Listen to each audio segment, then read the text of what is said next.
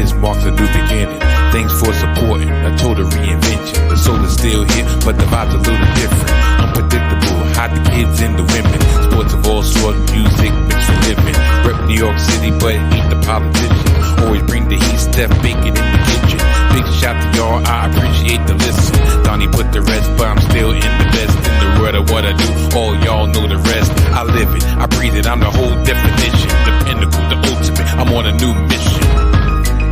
The Salty Thoughts of Mike Steph, featuring the one and only Mike Steph, the best in the world of what he does. Tap in.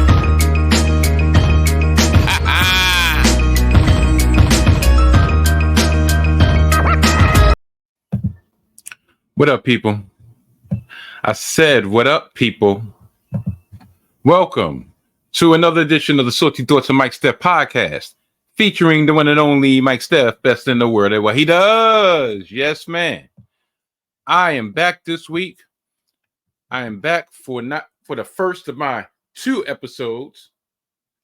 Still on the road to episode 50 and the concurrent road to 200. I've been blessing y'all with 2 episodes a week for the last 3 weeks. So technically, I've been giving y'all, this would be episode number 5 or 6 in the last 3 weeks. And this week, the reason why you're getting 2 episodes is very simple, because there's 2 nights of WrestleMania. I'm going to get to the shits right now. This week will be wrestling centric. This week will be all about WWE WrestleMania 40. WrestleMania Saturday happened last night. WrestleMania Sunday happens tonight. And being the fact that y'all probably all chose to choose and watch and listen to the rest, I'm coming a day later than everybody else so I can give y'all the absolute best that I have to offer. The absolute best recap that you'll probably get this whole weekend, because you want to know why? You want to know why? Because it's coming from me. It's coming from me. Fuck that! Clear, guys. Fuck that! You shut your mouth. Doesn't mean that this shit stops. The rest doesn't give a fuck. Yeah, you heard him. Fuck that. Fuck that. Shit don't stop. Mike Steph don't give a fuck about anybody else that's not in my immediate circle. But neither here nor there. I am going to give you my recap of WrestleMania Saturday, WrestleMania Night 1, which had some ups and downs, more ups than downs. And I'm not going to give y'all the minutia of all 7 matches. No. I will give y'all my thoughts on the matches. I will give y'all my feelings on the matches. And I will actually end this episode with predictions for tonight's WrestleMania Night 2, WrestleMania Sunday, which the recap of WrestleMania Sunday will be tomorrow on the day after WrestleMania Monday. Yeah, how about that? So, last night was very, very interesting. I'm not going to be too long-winded on the intro because we got a lot of things to cover. I want to get in and get out. So to give the masses, that's right, both my dozens and dozens of Mike Steph listeners and the unwatched masses enough time to actually imbibe what I'm giving y'all and to digest what I'm giving y'all, and also give y'all enough time to get yourself prepared for WrestleMania. Unlike myself last night, which I decided to wait until the very last minute to go get my goodies for me and Main Event K, because WrestleMania is like the Super Bowl of wrestling for us. So of course, the Super Bowl, I get my goodies, I get my wings, I get my fries, I get my cake, I get all my goodies. This year, well, last night I said, you know what? Gonna do the same. But I got off to a late start, and pretty much the majority of my time spent watching the Rhea Ripley Becky Lynch match was going in and out of the living room to the kitchen, back to the living room, preparing my food. So I wasn't actually ready to sit and enjoy the festivities until midway through that match. There will not be a repeat of that. There will not be a repeat.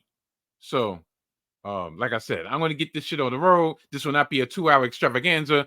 Shit, I'm going to try to make sure it's not an hour extravaganza, because I think, based on what happened in night 1, I think night 2 is going to give us a little bit more meat on the bone. So, with all that... Fuck that! Clear, guys. Fuck that! You shut your mouth. Doesn't mean that this shit stops. The Rock doesn't give a fuck. Okay, Rock. Damn. He gets a little victory last night, and now he want to talk shit on my podcast? Not understanding that he's talking to the around the way guy? Yeah, that's right. The around the way guy? And you want to know why I'm the around the way guy? Because I'm repping the around the way girl. That's right. I know. I want a girl with extensions in the ear, bamboo earrings, at least 2 pair, a Fendi bag and a bad attitude. That's all it takes to get me in a good mood. She could walk with a switch and talk a street slang. I love when a woman ain't scared to do a thing, standing at the bus stop, sucking on a lollipop. Once you get pumping, it's hard to make the hottie stop. She like to dance to the street jams, sweet as brown sugar with the candy yams, honey-coated complexion. Use a Camay. Let's hear it for the girl. She from around the way. I need an around the way. Ooh, around the way. She's the one for me. Me, Mrs. Ooh. I need an around the way. Ooh, ooh. She's the one for me. Yeah. But in this case, we're going to talk about Bianca. So, I think I done busted enough eardrums, so let's get this show on the road. Without further ado, good night and goodbye. You know, normally I do these in chronological order. You know, first match to last match. But like I said, the dick is long, but the time is short. So I'm going to get to the main event and work my way backwards. As you can see on your screen for all my YouTube viewers, The Rock and Roman Reigns reign victorious over their defeat of Cody Rhodes and Seth Rollins in the main event. This match lasted 45 minutes, but the whole segment lasted about an hour, which is to be expected. The entrances themselves went for about 20-25 minutes. But the elaborate entrances of not only Cody Rhodes, adrenaline in my soul, the final boss, The Rock, and Roman Reigns itself, it's going to take up about 15 minutes. Then you got the elaborate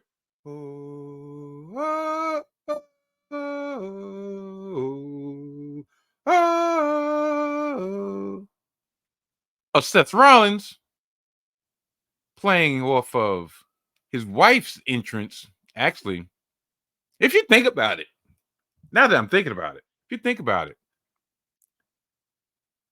their entrances are very similar. Whoa! Oh! Oh!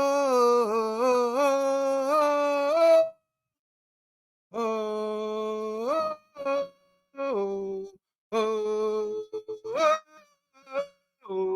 It's like a remix.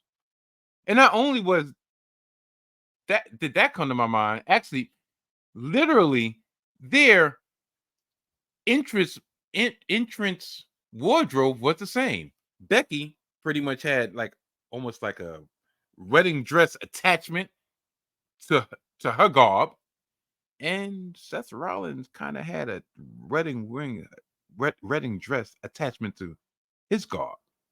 But neither here there. No judgment, no judgment, no judgment, no judgment zone. Let's get back to the task at hand. This hour-long epic started out slow. Yes, it did. But it ended up with these two. Yes, that's right. There's a reason why The Rock has a belt and Roman has a belt. I understand it. I don't agree with it, but I get it. The Rock got that belt handed to him in the Hall of Fame ceremony by the family of Muhammad Ali for being the one and only people's champion. Like I said, I get it. So it was an honor. But to me, and this is my feeling, to each his own, to me, don't y'all think that might kind of undercut the tribal chief? I mean, the tribal chief is the legitimate champion, right? Think about it. The tribal chief is the undisputed universal champion, and he's been that for close to 4 years, for close to 1,400 days, correct? And then on the biggest stage of all, in the self-proclaimed biggest tag team match, biggest main event of all time, you have The Rock coming with his championship, his belt, to pretty much make sure that he was on equal footing as the tribal chief. I don't know. Maybe that's something that can be brought up when the eventual breakup happens. I don't know. To me, those are red herrings. I said to Brad Winchester, a gimmick infringement, because we was chatting back and forth throughout, and I asked him, yo, what the fuck The Rock got a belt for? And he reminded me of what happened at the Hall of Fame. I'm like, oh, I must have forgot that. I must have missed that part. Because I'm like, yo, why the hell? Neither here nor there. I didn't spend too much time on that. But that is a situation to be to keep attention on. What this victory means is that the main event of tonight, Roman Reigns versus Cody Rhodes, will be contested under Bloodline rules. And you know what Bloodline rules mean? It means there are no rules. And what happened last night, technically, was a taste, just a taste of what you can come to expect tonight in the main event on Bloodline rules. The Rock throwing his power around, The Rock telling the ref when he was counting, when they was outside the ring, stop that fucking count before I fire your ass. Darn, that was reminiscent of He Who Shall Not Be Named. A little corporate Rock came out there. Now, I wrote notes down as they were going on so you can get the full feeling that I was feeling when I was watching this epic main event. So, yeah, if my eyes divert, if my eyes dart, no, I'm not nervous. No, I'm not looking over my shoulder. No, I'm not afraid that the final boys are going to come in here and whoop my ass. No. You know why? You want to know why he will not come out here and whip my ass? Because this is how I feel. Fuck that! Clear, guys. Fuck that! You shut your mouth. Doesn't mean that this shit stops. The Rock doesn't give a fuck. And neither do I. Neither do I. So, the main event had an epic feel. Pat McAfee throughout the night was on one, but especially he saved his most acerbic comments for this main event. Roman came out and he was ripped that he's ever been. Like,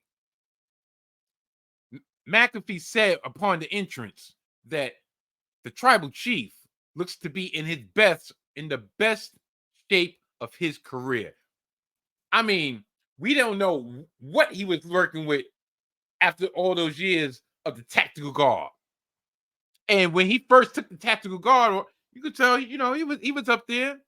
But I'm not gonna lie, listen. He was getting a little flabby. He was getting a little soft in the waist.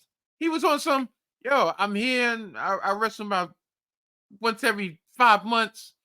Listen, I'm the tribal chief. Y'all motherfuckers can't beat me. Listen, I got the tan. I got the beard. You know, a little dye jaw because he was going gray like a mother effer. You know, so listen, I get it. You know, maybe, just maybe, he was sharing some vitamins with his cousin. I don't know. You know, family that prays together, betrays together, indulges together. You know all those family terms. Now, also one match in the last 5 months that can't hurt either. Paul Heyman kissing the hand of the final boss right before the beginning of the match was chef kiss. Because think about it. His duty is to his tribal chief. He has never shown any type of allegiance to anybody else besides his tribal chief. And he kissed the hand. He kissed the hand. He kissed the ring, so to speak, of the final boss. Once again, these are red herrings. Paul Heyman does not do things just on a whim. Everything has a meaning. Like, Seth came out with the red and dress inspired robe, which was nuts. Michael Cole actually put out there that The Rock might have overshadowed Roman since his return. Cole was excellent last night. Cole really showed his aptitude for laying the backstory down and actually getting all the key parts that might have been scrambled around and jumbled around over the last month and a half since they had to pivot over what they thought they were going to do. And The Rock said, look, we could have ran with what we wanted, but we took you know, the fans' input and said, you know what, we could do this with resistance, or we could do this, make a pivot, and maybe even make it bigger and better than it initially was. And that's what they chose to do. Michael Cole saying that The Rock has been throwing his weight around, and he came back, and he's on the TKO board, and he wanted to bogart his way into the WrestleMania main event, and pretty much he took Cody's spot until Cody decided to make a stand for himself and demanded that he get his just desserts. Excuse me, I'm working myself up here. That's something that probably would have been ignored in past eras. But no, not this era. Not the Triple H era, as Cole has named it. The Paul Levesque era. But a lot of narrative, to be blunt, was being created by the commentary. Now, Roman started off. The Rock faced Seth in his first action. When he entered the ring, he faced Seth, and Seth played babyface in peril for the majority of the first half of the match. First half of the match, like I said, was very slow. You could tell by the fact that they were doing headlocks and reversals or attempts of reversals and everything, that they were in for the long haul. Which you would have thought that would be a detriment to The Rock, but The Rock, I'll give the devil his due. He more than held his own. He wasn't gasping for air. He got himself in exquisite shape, and the way the match was laid out in a way that Paul Heyman's special. Accentuate the positives, hide the negatives. The way Roman Reigns maps out his matches, get optimum value for limited activity. And that's not a knock because, you know, the old saying, work smarter, not harder. And Roman, if he's going on almost 4 years as the champion doing this style, he said in the press conference after, he said, listen, this all originated from the year 2020. From before they got into the Thunderdome, he had, I won't say the luxury of being back because he was preparing himself, he was protecting himself from the unknown, which was, you know, the pandemic. And he said he had the luxury of sitting back and watching as a viewer and realized that everybody was still doing it the same way, as if things didn't change, as if there was still a crowd that they had to feed off of, that they had to interact with. And he said, no, we have a chance to move this forward. We have a chance to change the industry. We have a chance to actually have our voice be heard. For us to actually create the narrative, create the creative structure, if you will. And we use that to our advantage to really weave the story that we're trying to portray. And that was at play tonight in ways that married the two. It married the athleticism of Seth Rollins, the babyface in peril, or the babyface fire of Cody Rhodes, the slow, methodical nature of the tribal chief Roman Reigns, and The Rock getting his feet wet after almost 12 years of meaningful action. First time in 12 years he's had meaningful action. Another back and forth that Cole and McAfee had. Cole was saying, well, you know, The Rock hasn't had a match in 12 years. You know, the rust is off. You know, not counting, you know, he had a 6-second squash of Eric Rowan. And McAfee rightfully so said, whoa, why should that be held against him that, okay, 4 years on the shelf, he came back, he squashed somebody in 6 seconds. To me, that's more impressive than if he would have went an hour with, you know, with whatever competition would be at his disposal, which, once again, great point. Now, the story of this match was this.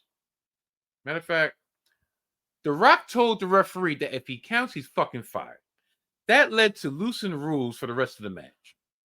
This was more walk and brawl, back to the 90s, back to the quote-unquote attitude era, in which they went into the stands, went outside the ring, and they paired off, and pretty much it was a walk and brawl city, I said. I noticed that very early that Seth and The Rock paired off almost in an effort to save the interaction between The Rock and Cody for later. Not only later in this match, but later down the line when you know there's going to be a one-on-one match with them. The story later in the match was a tweaked knee by Seth that will assuredly come into play for tonight's title defense against Drew McIntyre, who was conspicuously absent. But at the same time, all he's doing is probably sitting back looking at the monitor, licking his chops, as was said numerous times in commentary. Excuse me, because my laptop is about to die. And it made perfect sense.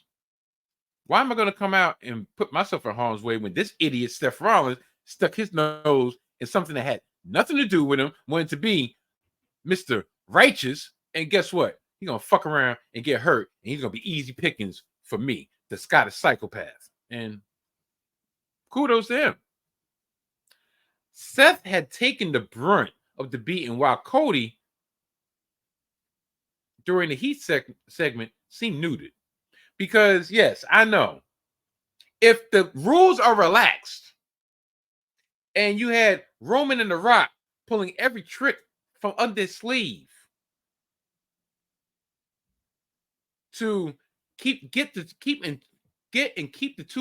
2-on-1 advantage, 2-on-1 advantage with Seth, why did Cody look like he was glued to the corner? Every time it looked like he was too close, like, oh, let me get the tag rope. Like, personally, if I was Seth, I'd be pissed as shit at Cody, especially if I'm messing around, got hurt, and Drew trounces my ass, and then at the end of the night, you begin your reign of glory. Guess what? Me and you got beef, motherfucker. Me and you got beef. I best to get a title shot. I shouldn't have to ask for nothing. And if I don't, I'm going to go back. It's going to be on site as it was when you first came back. Like, help me. Because I'm in this because I had your back. If I was Seth, that's the mindset I'm getting. And you acting like you helpless? To me, that was a bad look on Cody Rhodes' part. Something, again, that I'm quite sure will be held, that will be revisited down the line. The Rock using his power as part of the TKO board to advantage Mr. Johnson, if you will, was once again a chef kiss. Cody was finally in, and the crowd went mild. Yeah. There's a lot of mixed chants. Because as much as dastardly as The Rock has been in his return, he's still The Rock. He still holds enough cachet that everybody knows that, yeah, we're going to have fun booing your ass. We're going to have fun saying, ooh, darn, that kind of hit close to home. But at the end of the day, The Rock is The Rock. Cody doesn't have almost 30 years of equity in the bank. Now, Roman got his nose busted. I think either by the disaster kick or when the Cody cutters off the rope. So Roman did like this. He saw the blood on his nose, and he got pissed. Roman was dead to rights when The Rock pulled the ref out to save the winning pinfall. A low blow to Cody, and Cody kicked out. The deck was stacked. Now, The Rock pulled out the weight belt that said Cody's mama, and with Cody's blood on the belt. And The Rock told Cody's mom to sit down before the blood on this belt would be yours, to go along with the blood from your son, from your bitch ass son. Now, he didn't say bitch ass, I said it. Disrespectful, but entertaining nevertheless. The people's elbow was countered by a Cody cutter. The boos weren't apparent. And this is something that in the lead up, a lot of people were saying, Philly is one of the cities that will give two fucks about booing Cody. In the immortal words of The Rock, they give a fuck about his story when it comes to The Rock. Now, Roman had a Superman punch to Cody to save The Rock. Roman speared The Rock by mistake, and Seth takes out Roman. And then Cody and Seth hit The Rock and Roman with double pedigrees. Kick out by the Bloodline. Cody with a rock bottom to The Rock through the table. Roman speared Seth through the barricade. And in a call back to last year, Cody hits not one crossroads on Roman, not two crossroads on Roman, but he goes for the third one. And when he went for the third one, he got too close to the ropes and he got whipped by The Rock.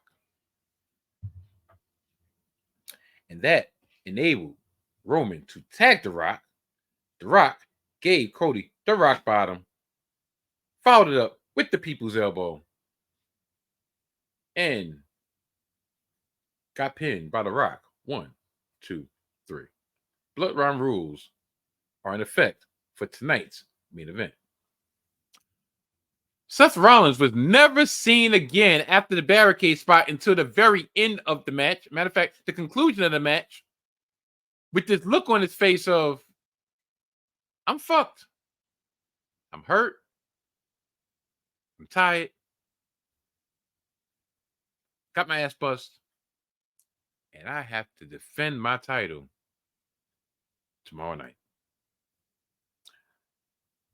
Cody,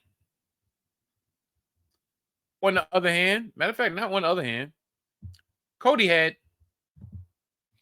the exact same look on his face that he had last year when he failed to quote unquote finish his story. Was that a coincidence? I think not. I think not. Now, the only question is, will it be a trifecta of pictures with that far away, spaced out look of what the hell did I get myself into? Or can I ever beat this man? Now I got the bloodline rules tomorrow. Do I have any backup? Do I have any aces in the hole? It's been a lot of speculation, a lot of rumors and innuendo that he's going to have the cavalry. Perhaps Stone Cold is going to make an appearance to rehash their match from 25 years ago against The Rock in the city of brotherly love. Is John Cena going to make an appearance to try to neutralize The Rock and make it a one-on-one event? Will there be new addition to the bloodline? Will Tama Tonga appear? Will Jacob Fatu appear? Everybody knows Solo going to appear. Everybody knows Jimmy going to appear. Jay going to come out and try to neutralize Jimmy, who's going to neutralize Solo. Who knows? But like I said, will Seth feel a way when he loses based on his condition to this from this match? The main event embodied everything you needed to do going into tonight. The struggle of Cody, with hints of him having Roman's number, but the power of The Rock being abused, Seth's injury and desire to win, putting himself in jeopardy tomorrow for the defeat at the hands of Drew McIntyre. The Rock pinned Cody. Cody now faces bloodline rules. The match overall was good at the end. It was long, but that was to be expected. The Rock was going to get his shine. So, like, it was what it was. It was a true capper of the night. And fuck it. Out of 5 Salt Shakers, I'll give the match as a whole drama, work rate, implications, storyline. Give it 4.5 Salt Shakers.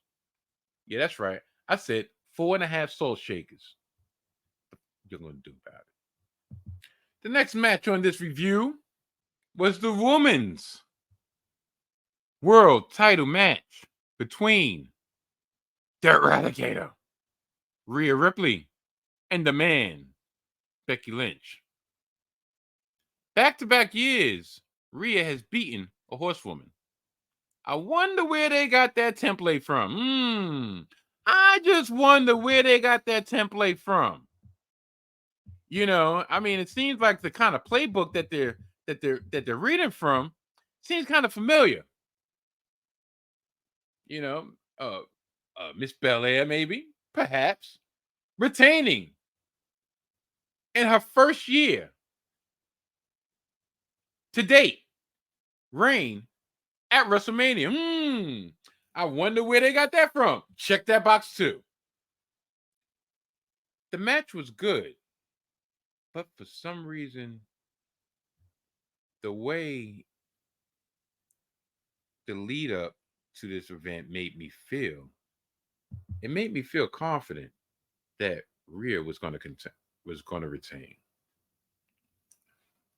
RHEA has so much momentum, and I know they're finding it very, very hard to keep her as a face, especially once they let the cat out the bag at Elimination Chamber and allowed her to actually be the conquering hero, allow her to be the face in front of her home country. I won't say that did more harm than good, but she was able to keep her edge, but also able to ride the wave and not go against it. There's a lot of questions. There's a lot of, matter of fact, not even questions. There's a lot of thoughts that I have when it comes to how RHEA is getting her push as opposed to Bianca, but I'll say that for later if I get around to it. But I'll concentrate on this match right now. The reason why I felt the closer they came to the event that RHEA was going to retain is Becky's been there, done that. To have Becky win would be effectively cutting off Rhea's legs once again. It took, if you want to think about it, it's taken 4 years for RHEA to get to this point. Everybody thought in 2020 against Charlotte for actually the NXT championship that she should have won. Charlotte won, and not only did she win, she didn't put it back over. And that led to a spiral for RHEA to kind of try to figure herself out. Who the hell is she?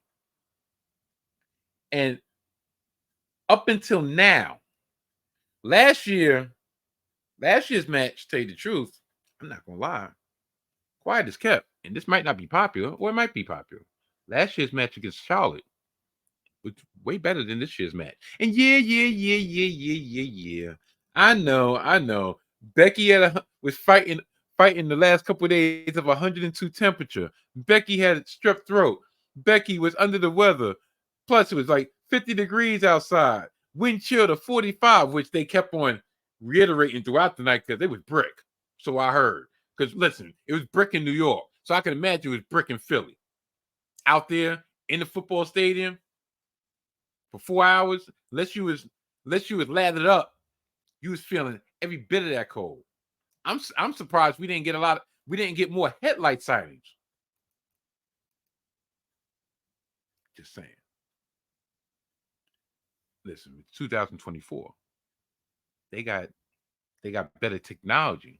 Because I was watching New York Undercover, and every time which guy Moreno came on screen, it was like, is it cold in there? I don't know. Hello.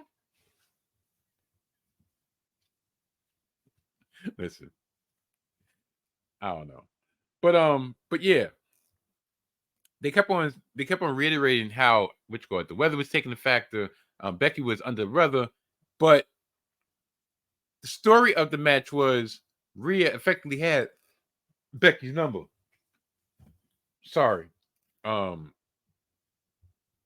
she had Becky's number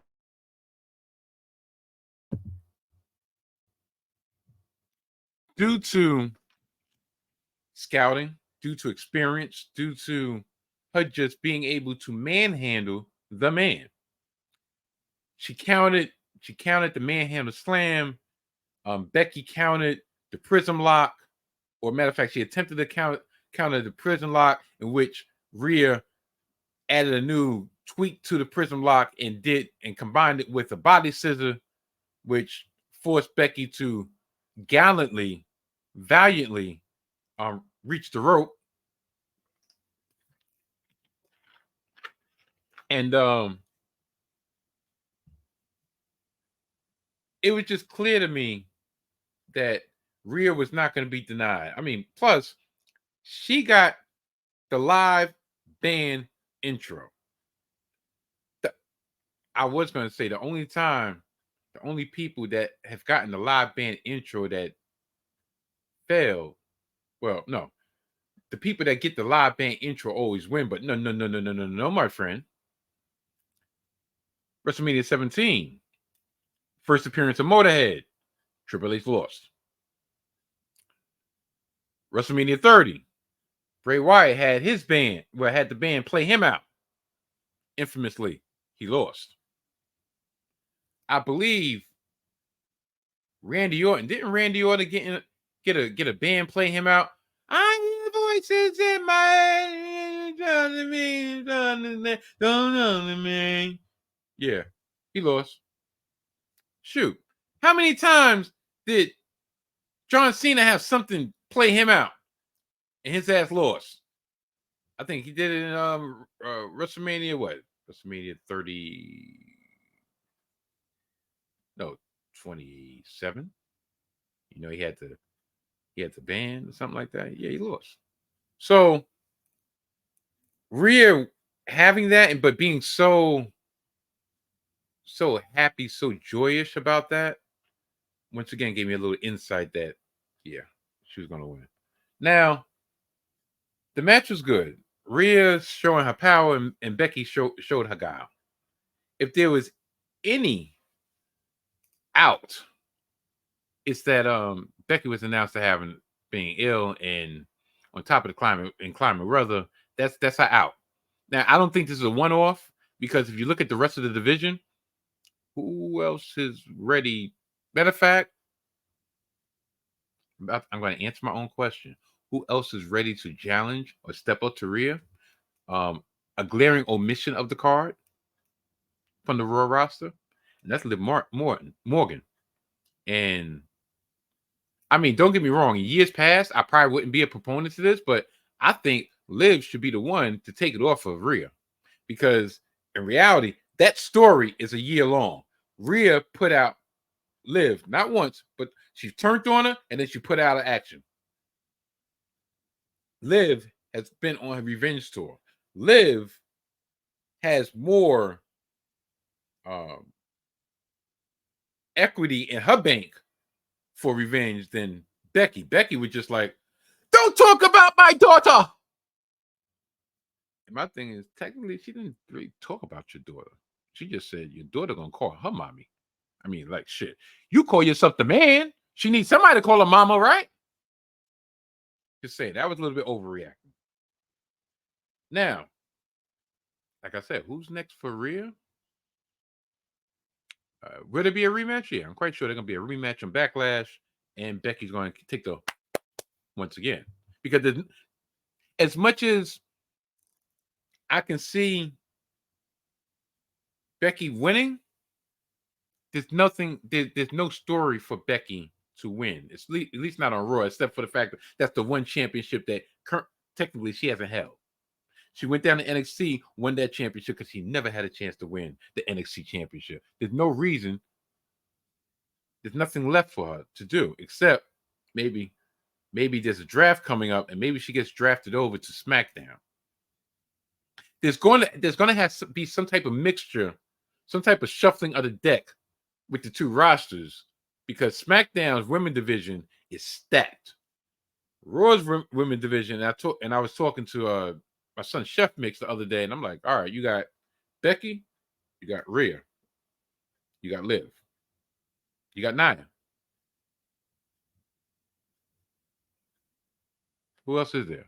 Shayna, Zoe Stark, yeah, all right. Indy Hartwell, yeah. Ivy now, Candice LeRae. There's a lot of just parts there. SmackDown, you have Bianca, you have Naomi, you have Jade, who those three we'll talk about very soon. You have Tiffy, you have Io, you have Becky, Bailey, you have Asuka, Kyrie, Dakota, shoot, if you want to go down, you got Zelina.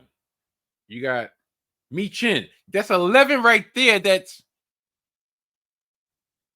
you can put in a championship picture and they don't look crazy. That's 11-4. The scales of justice are way out of whack. But what's more importantly, what's next? What's next for Becky? If she stays on Raw, I mean, she's literally in a world of her own. They were promoting this match before she even had the match officially, which is some bullshit. And tell you the truth, if I was Nia and I was Liv, storyline wise, I would feel away just like they have felt away. Like, why is she the chosen one? She hasn't won. She hasn't had a championship in the last 2 years. Just saying. And last but not least, is it me or why is she still the man? Why? Because she says she's still the man? There's nothing in a character really that portrays her to still be the man. It's like it's like a mixture of her the man attitude with big time Beck's fashion sense. And tell you the truth, I know a lot of people didn't like the heel turn, didn't like the heel run. I think she was actually doing some of her best in-ring work as big time Beck's because she was allowed to show vulnerability. She was allowed to be the chicken shit and sometimes the man makes her have to portray such a braggadocious role that I think it takes away from what she is at this part of her career, this part of her run. And that's probably why you have a lot of lukewarm response. Also, it's one of those things that a moment in time, 2018, when she became the man, there was so many things in play. The image of her standing there defiant and bloodied. The fact that she overcame all the odds to not only keep herself in the main event picture, but put herself in the main event of WrestleMania, the first women's main event in history. And all that led to what we became to know her for. But that time is 4 years ago at the Zenith. She had to leave. She had to make it, she was preparing a family. And that's no knock to her. But unfortunately, at times like that, when your momentum is up here and then there's a break, sometimes it doesn't get back. And sometimes you're trying so many things to try to get that spark that you kind of extinguish whatever flame you might have left over and over and over again until it's gone. Now, the next match is the 6-way tag team title ladder match in which they effectively split the tag belts back to Raw Tag Team Champions and SmackDown Tag Team Champions. The way the match was set up was the match was not over until both sets of belts were retrieved. And once you saw the way it was set up, it was on two different pedestals, two different hooks. So right then and there, you knew they want to split the titles. Now I'm not gonna stay too long on these matches because the next couple matches were what they were. There's no I mean, I'll give you the highlights. The highlights of this match to me was the following. The DIY cosplay was funny as hell to me. Like, matter of fact, before I get into that, as you can see on your screen, and if you're listening on audio, Grayson Waller, Austin Theory are your new SmackDown Tag Team Champions. And The Miz and R-Truth, aka Awesome Truth, are your new Raw Tag Team Champions. Not only that, R-Truth gets his first victory at WrestleMania in his career. Not only that, R-Truth gets his first legitimate title. I'm not talking about this 24/7 title. His first legitimate title in his on and off 25-year career in WWE. Like this was, I'm not going to belittle the accomplishment, but this was like a lifetime achievement award for R-Truth. Now, as I was saying, the DIY, the Gargano and Ciampa cosplay as DX was funny as hell to me. Due to, over the last couple of weeks, R-Truth mistaking them for Triple H and Shawn Michaels, mistaking DIY for DX, and he called them Regeneration X, which was crazy. Like, how you think about that? So they actually came down. The entrance, they came down dressed as the Cerebral Assassin and the Heartbreak Kid. Yeah, which go at the. They even did the heartbreak. They even did the super kick into the pedigree. It was hilarious. Like, this match had its high spots, but this match had comedy spots also. So yeah, it was funny as hell. R-Truth waiting for a hot tag in a ladder match was hysterical, as was him going for the pin once he came in and did the five moves of doom of his idol John Cena, who he's 5 years older than, but that's neither here nor there. That's an ongoing joke. The Judgment Day's Damian Priest was dominant in spurts, but this loss probably was best for him because it frees him up for a possible cash-in that didn't happen last night, even though Seth Rollins was ready for the taking. Will it happen tonight? I don't know. We'll talk about that at the very end. The New Day showing an aggressiveness that they haven't shown in a while, but actually an aggressiveness that they've shown since their rivalry with Imperium was refreshing to say the least, but nobody thought they was winning. Theory and Waller winning the SmackDown tag team belts makes sense, but them being completely content when they won the SmackDown belts was kind of befuddling to me, because the match was still going on. They could have been undisputed champs themselves, but they was like, look, we got our championship belts, we good. And that was weird, but it was what it was.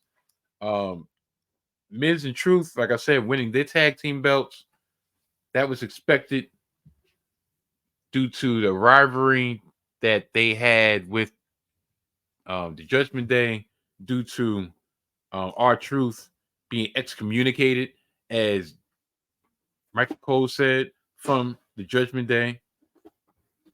So that was to be expected.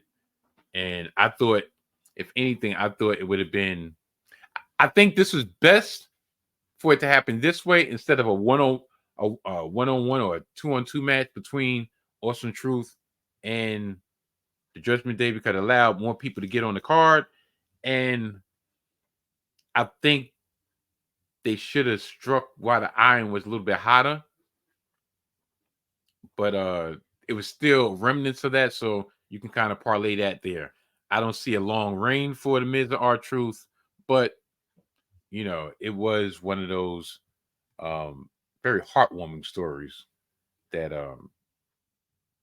started off well. Heartwarming story for those who know, and for those who enjoy the antics of one R-Truth. Now, I'm not gonna lie, this match was okay. I know I said LWO versus Legado del Fantasma, but in reality was Rey Mysterio and Andrade teaming up against the team of Santos Escobar and Dominik Mysterio. And this match was pretty much paint by the numbers. You had your spots. Andrade looked great. Andrade looked engaged. Andrade looked like, you know what? Y'all. Okay, I wasn't maybe used to my optimum potential, but you know, Paul is back in charge. I got the cheat code with Charlotte, and I know I'm going to be put to good use. And you can tell that he's been working on his English, so he'll be able to cut promos more on his own. And him reuniting potentially on a full-time basis with Zelina Vega is nothing but a positive. Santos Escobar being in that position on a WrestleMania main card, was a plus. And you know, he's going to show it's going to be nothing but blue skies ahead. And Dominik, just, you know, heat magnet extraordinaire. I don't know where he goes, because you can see the cracks forming in Judgment Day. He's going to always be a shit eating heel, a shit eating grin heel. So that's gonna be interesting, or where they're gonna pivot him off to next, because I don't see this continuing. The interaction with Lane Johnson and Jason Kelsey of the Philadelphia Eagles was just to get a pop. You know, it was very harmless, and it was okay. You know, it made me think that this match, the way this match was laid out, was more to put Andrade over going forward than any story with Dominik and his pops. If anything, I think the story going forward is going to be maybe Andrade against Santos. Those should be bangers. Andrade against Dominik, and that would lead to more interaction with Santos because they're on different brands.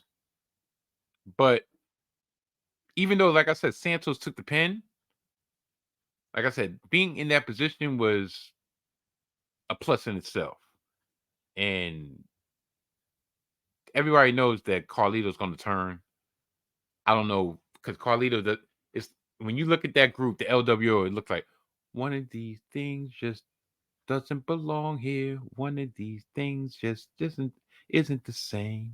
One of these things just doesn't belong here. Now it's time to play our game. It's time to play our game. And I don't see Carlito even joining Legado. Maybe just Carlito they just signed. He finishes out his year. He does a turn and he's gone. Because I mean, I got what they were getting at by bringing him back, but I mean, has it really changed since the last? Only thing that's changed is his physique. His mode is still the same. So I don't know. Yeah, short and sweet, because like I said, it was what it was. It was a feel good. Next on the docket was Jimmy versus Jay. The battles of the battle of the Usos.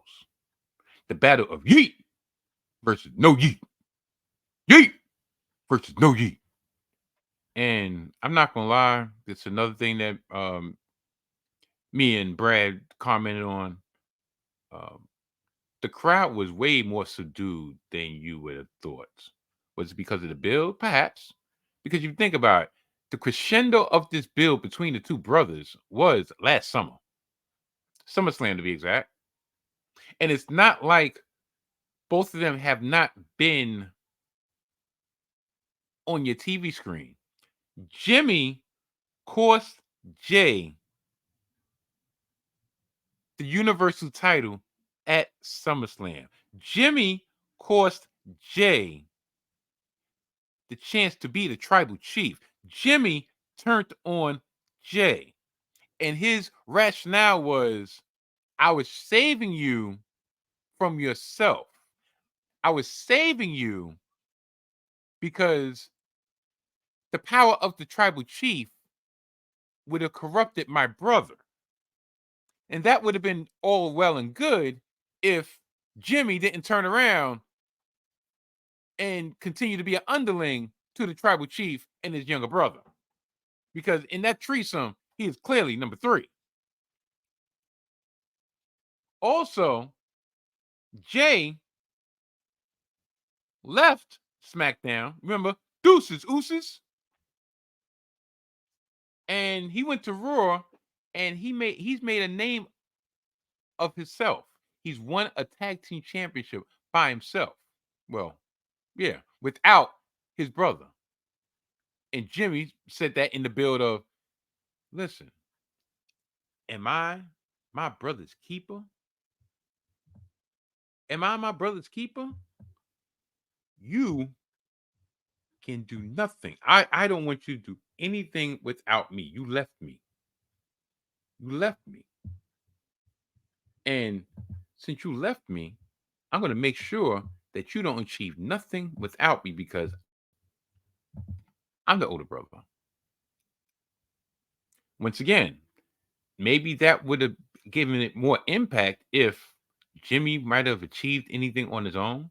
Maybe that would have been given more impact if they would have had a little bit more interaction. But I understand the reason why they kept him away was because you wanted to save it for now. But that was the gift and the curse. The interaction during the Royal Rumble didn't get that pop. And I was like, whoa, you would have thought. Or maybe, just maybe, and this tends to be the case, the only time I don't believe it was the case was in the Owen versus Brett feud, that you could kind of tell there was no real animosity. I'm not saying there was real animosity with Brett and Owen, but the way they portrayed that, it was like Owen hated Brett with a passion. Going back years ago with the Hardy versus Hardy, that just never got off the ground because you could just see seemed like they were going through the motions. This one, they tried, but like I said, the crowd was subdued. I was thinking maybe it was the build, maybe it was the fact that the cold was starting to get to the crowd. That was proven wrong later. Maybe this was like who knows? But hour 2 of the show, but hour 4 of just the get together. The kickoff was 2 hours. The fact, and like I said, the fact that they beat Jimmy like a drum over the last couple months hasn't helped. Like, there's definitely a discrepancy between the star power of the two brothers. One common refrain, once again, that was reiterated during this match was the cold weather. I thought that it was partially because the reason for the lack of energy was that, but I was proven wrong. But to me, what really messed up the momentum, at least for Jay, like I said in my Sprinkle of Salt a couple of days ago, I attended the Barclays Center, the Raw before WrestleMania, and I was fully intent. Just me, Oos. Day one. Just me, Oos. Day one. Didn't get a chance to do that because all he had was a run-in. Not only that, last night they had Lil Wayne. Now, maybe I'm mistaken, but didn't Lil Wayne said that he was going to debut a song at WrestleMania? A Millie, a song that's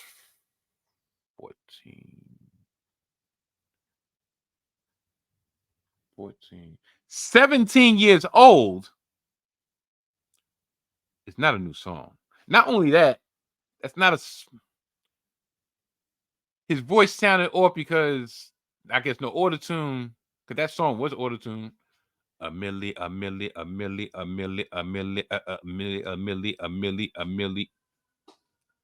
But also because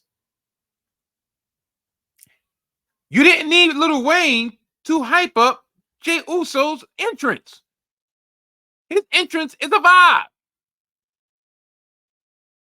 It's just me, Uso. Day one. It's just me, Uso. Day one.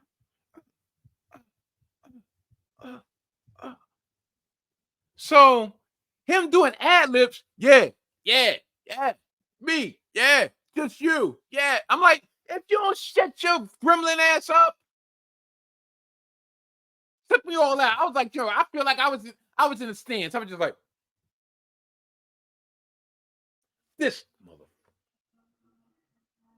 It was almost as cringeworthy as having Meek Mill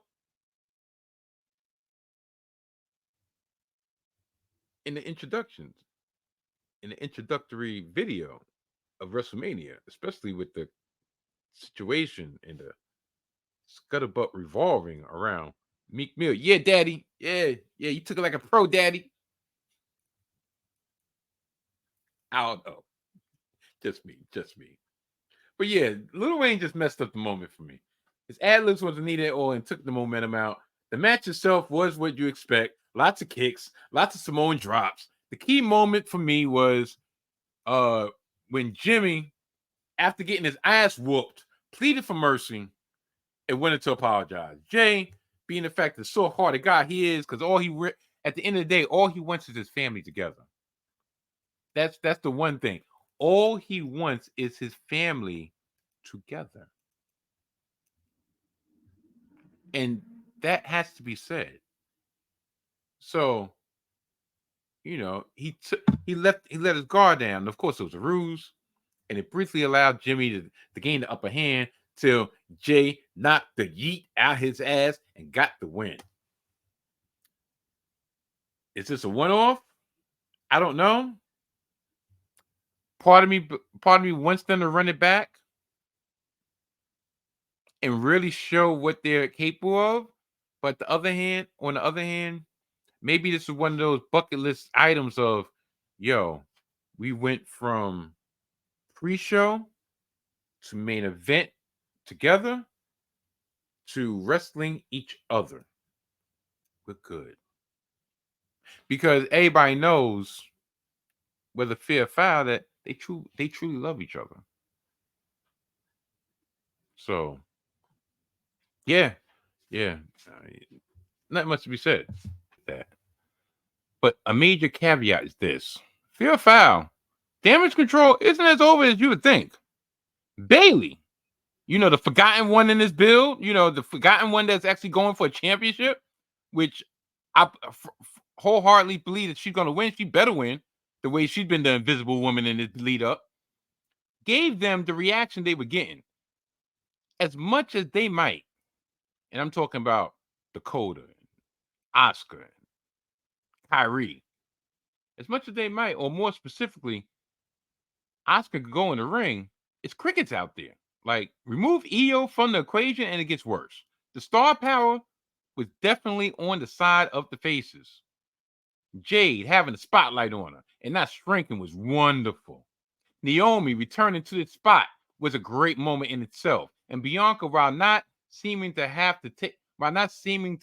the spotlight that she's accustomed to on WrestleMania stage, didn't take a backseat or a step down this year, and that's great. Like, that's how much confidence that Bianca has in herself and the company that has in her to use her as a jumping off point to smoothly introduce Jade while still being on the main card. Would it have been a better match one-on-one with Tiffany Stratton? Perhaps. But this way it strengthens the whole division going forward. And that's what I mentioned before when it comes to the two divisions. Now, I'm going to speak about this match. I'm not going to speak about the match. I'm going to speak about the participants of this match.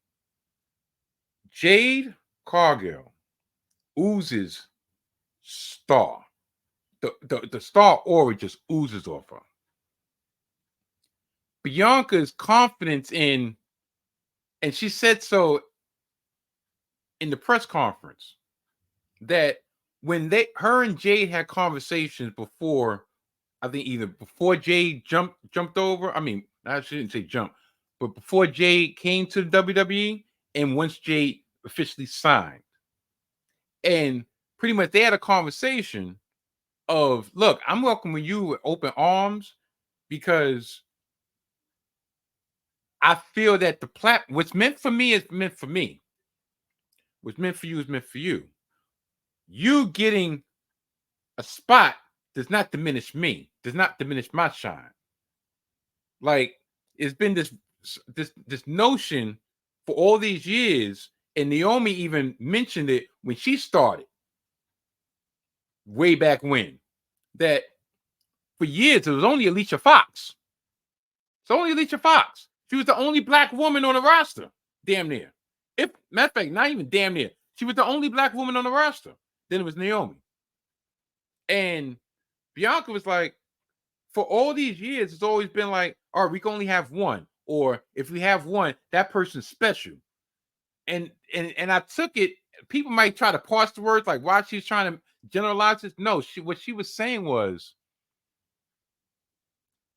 she believes that things have evolved enough that we can look at each other as women, as we're doing the damn thing, of not as, oh, these black women are doing the damn thing. You look at them, you could tell they're black. You know they're black women. Yeah, they're black strong women. They're black, beautiful, strong black women that's taking back seats to no one. And they have such a, like I said, such an air of confidence amongst themselves that it's like, look, I'm gonna let my work speak for itself. There's no need, and I will not be a charity case. And you're not gonna think of me as such. You're not gonna look at me as such. I'm not gonna give you an excuse to even think or look at me as such. And similar to the New Day, and I'll say the New Day off screen, because there was a lot of instances when they first got together that I guess throughout their existence, their popularity allowed them to break the stereotypes that they were actually being pigeonholed in initially. And I believe that this grouping, even if it's not so much a faction, but just this grouping of Naomi, Bianca, and Jade will do the same thing on the female side of, we can be us. We don't have to be a character. We can speak in our own voice. We can actually dig into our own experiences as black women, in the black culture, instead of it being dictated to us.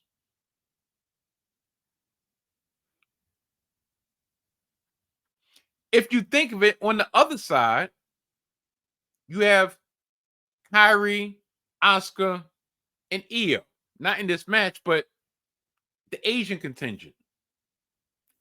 What they've done with this new regime, or the Triple H regime, is they haven't pigeonholed, all right, you're Asian, you have to act goofy. You're Asian and can't speak English, guess what?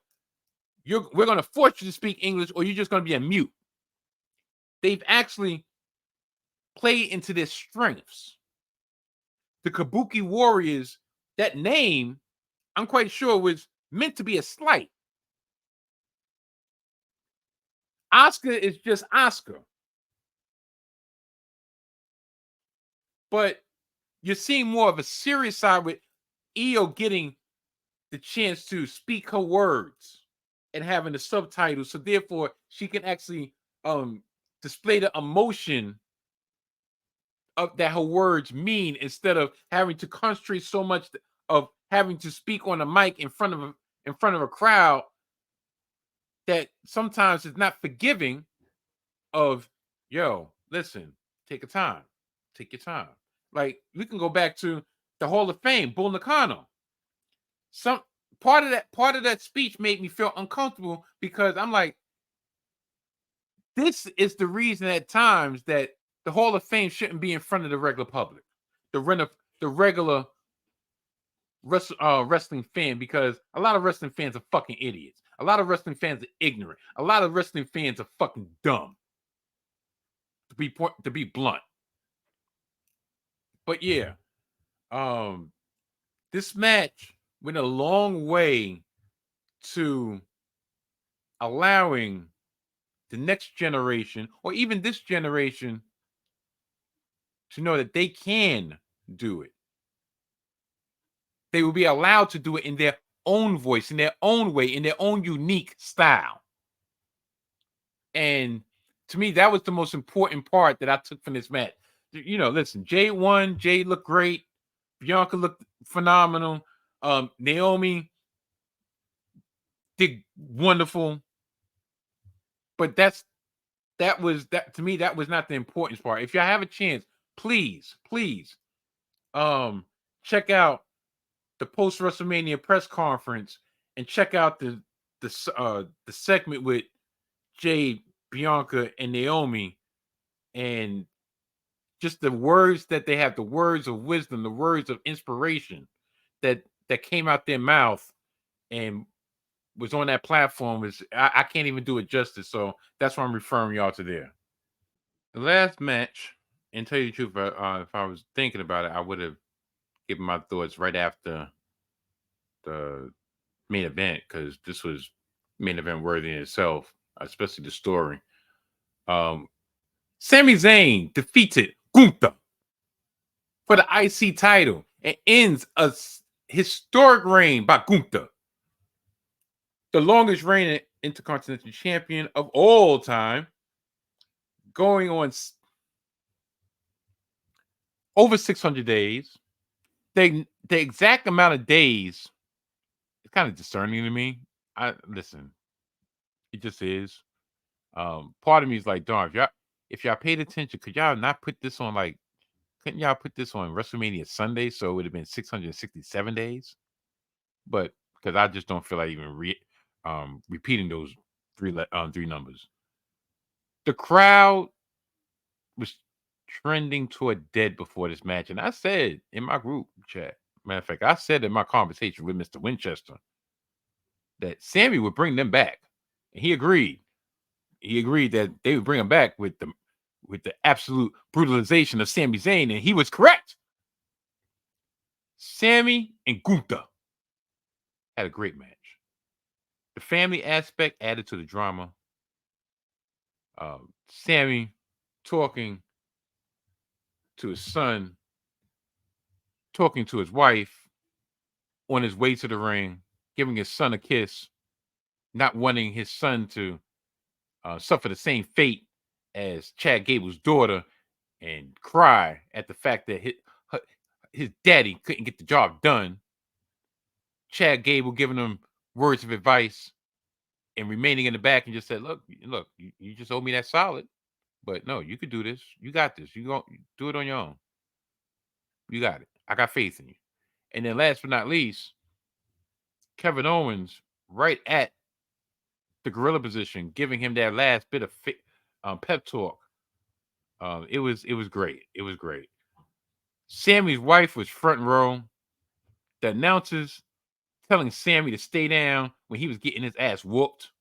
Gunther taunting his wife. Power bombs galore. This was Rocky versus Drago vibes all the way. Sami never said die attitude. 2 splashes from the top. Gunther told his wife to throw in the towel. Now, when he went for the third one, him mocking Sami's wife led to Sami pulling the El Generico out and giving him a brain buster off the top. Haluva kicks to win and end Gunther's record reign. I ain't gonna lie. I am not gonna lie, because I am so secure in my manhood. It actually put me in tears. I mean, a tear didn't drop, but I teared up. Yes, I did. It was a hell of an emotional ride. Great match. And think about this. Historical fact. 3 years ago, Sami Zayn and Kevin Owens decided to re-sign with WWE. And this is before we had any inclination that Vince McMahon was going to let go, and not even let go, be forced out. So pretty much this is still under the reign of Vince McMahon. A lot of people, a lot of pundits, thought that it was a no-brainer for KO and Sami to go to AEW. Because, like, they've done all they could do. They've slotted at a certain position. It's perfect opportunity to get the bag. And guess what? They actually got the bag from WWE. Not only did they get the bag from WWE, they got opportunity upon opportunity upon opportunity. Think about it. In the last 3 years of WrestleMania, Sami Zayn and Kevin Owens has done the following. 2022, Sami Zayn had a celebrity match with the guys from Jackass, Johnny Knoxville. Yeah, he took the loss, but that was mainstream exposure. And if you think about it, him having that exposure, even though the bloodline thing was never planned, still, him having that exposure did not hurt that situation. Darn. Oh, don't this look a little like it's anyway. Kevin Owens main evented night 1 of that WrestleMania 38. And not only did he main event night 1, you know who he main evented night 1 with? The returning Rattlesnake, Texas Rattlesnake, Stone Cold Steve Austin, in Stone Cold's first match in 19 years. Everybody and their mother would dream match with fantasy book. Stone Cold versus CM Punk, Stone Cold versus Brock, Stone Cold versus Roman, Stone Cold versus this. Who did Stone Cold come back to wrestle? Kevin Owens. Last year, they main evented night 1. So that's Kevin Owens' second back-to-back main events in a tag team match in which they teamed together to beat the Usos for the undisputed tag team championships and ended the record-long reign of the Usos. And then this year, so far, Sami semi-main events and ends Gunther's record-breaking IC title reign. Truly a WrestleMania moment.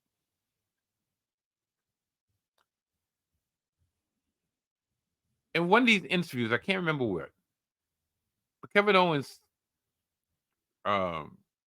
said that he's at a point in his career, a point in his life, that he's accomplished so much that, like this, especially once he main evented with Stone Cold, there's nothing else to do but go down. Not saying he wants to go down, but it's like, all right, the pressure's off. Look, there's nothing I can accomplish that can ever top that moment. And then to a certain degree, he topped it the following year by winning and main eventing with his best friend, his brother, without blood.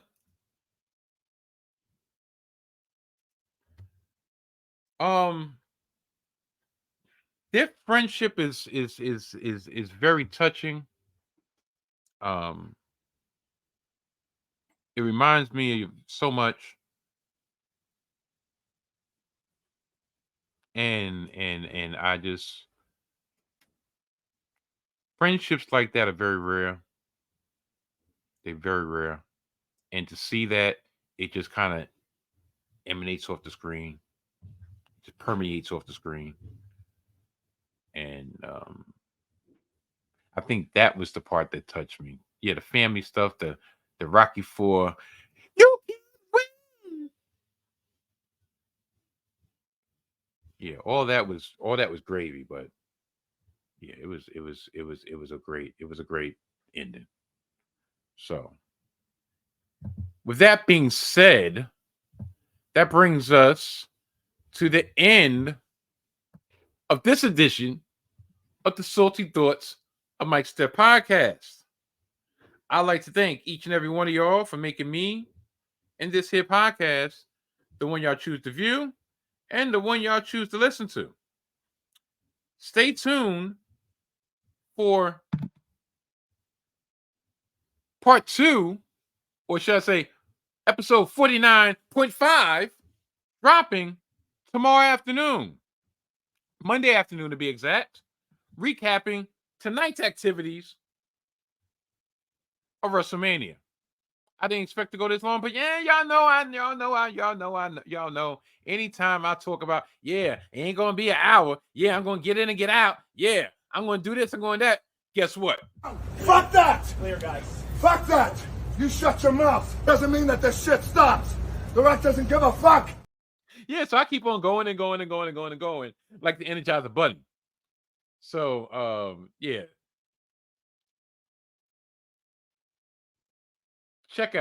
Please check it out. It's gonna be amazing. Shoot, if night 2 outshines night 1, then guess what? 49.5 will outshine 49. Yeah, you're damn Skippy. You're damn Skippy. Before I get out of here, of course, check out the Salty Thoughts of Mike Steph podcast, available on the following platforms: Spotify, Apple Podcasts, and Amazon Music, amongst others. New episodes drop each and every Wednesday on all streaming platforms wherever podcasts are available. If you catch me on the social medias, catch me on X at Mike Steffens _. Catch me on the gram at _ Mike Steph, and catch me on TikTok at Mike Steph single. That's right, single _. And guess what? If y'all want to give me some bread, yeah, that's right. Y'all want to give me some bread to fill up this cup, catch me on Cash App $ Donnie Mike. Yeah, I ain't playing. $ Donnie Mike. Cash at me. Fuck it. I can't do a Patreon yet, but y'all can throw some coins in my way. Y'all can fill this cup. Y'all can fill this cup with some coins. I'm not begging. I'm just putting that information out there. If y'all choose to indulge and drop some coins in there, guess what? It'll be greatly appreciated. Guess what? I might actually invest it into 1080p instead of this cheap. No, I won't say cheap, but instead of this 720p that I'm currently on, because guess what? I might be in the red, but I'm not going to bankruptcy because of y'all motherfuckers. See? $ Donnie Mike on Cash App. And by all means, check out the new blog, MikeStephOrg.wordpress.com, for everything that I need to spew that I don't feel like talking about.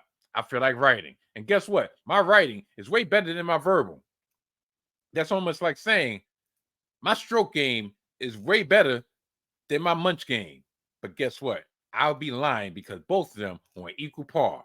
That's right. I can get Steffi time with the stick, and I can get Steffi time with the tongue.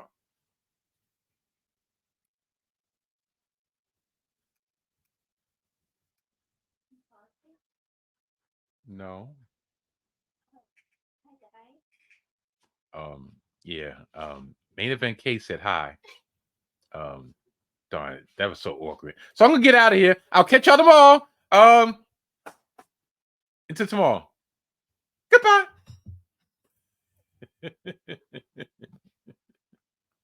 Whew.